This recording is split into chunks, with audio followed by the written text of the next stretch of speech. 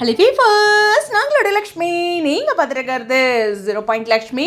S, நம்மளுடைய காவேரியோட update வந்து வடபழனியில் அதில் வந்து மக்கள் கீழே அவங்க மேலே பார்த்திங்கன்னா 10th டிசம்பர் 2024 அப்படின்னு எழுதியிருக்கோம். அவங்களோட இன்ஸ்டாவை நீங்கள் பார்த்தீங்கன்னா தெரியும். இந்த மாதிரி தான் இருக்கும். ஓகேவா? ஸோ இந்த ஒரு புரிதலுக்கு ஸோ இன்றைக்கி அவங்களுக்கு ஷூட்டிங் இல்லை. அப்போ நம்மளுடைய ஸ்ரீனியுமே நேற்றைய அப்டேட் தான் கொடுத்துருந்தாரு. அந்த ஷர்ட் நல்லா இருக்குது ஸ்ரீனி. சரி, நேற்றைய அப்டேட் தான் கொடுத்துருந்தாரு. ஸோ அதனால் அவருக்கும், அதாவது சுவாமிக்கும் ஷூட்டிங்கில், இங்கே காவேரிக்கும் ஷூட்டிங்கில். இந்த பக்கம் சைடு நிவினுடைய அம்மா வந்து இன்றைக்கி ஒரு அப்டேட் கொடுத்துருந்தாங்க. எனக்கு இந்த காஸ்டியூம் நிவின் சீனில் பார்த்த மாதிரி இல்லை. அப்போ இன்றைக்கி அவங்களுக்கு ஒரு வேளை ஷூட் எடுத்துருக்கலாம்னு நினைக்கிறேன். ஒரு 6 மணி நேரத்துக்கு முன்னாடி இந்த அப்டேட் இருக்குது அப்படின்னா. ஓகேவா? நான் இப்போ பேசுகிறதுலேருந்து. ஸோ இது அவங்களோட கிச்சன் சைடு அது மாதிரி சம்திங் ஏதோ அவங்க வீட்டில் தான் ஷூட் போயிருக்கு அப்படின்னு நினைக்கிறேன். ஸோ இந்த இடத்துல வந்து நிவின் அவங்க அம்மா, அதாவது நிவின் ஃபேமிலி சைடில் இன்றைக்கி ஷூட் போயிருக்கு அப்படிங்கிறது கவனிக்கக்கூடியது. ஒரு நாள் விக்காவுக்கு ரெஸ்ட்டு.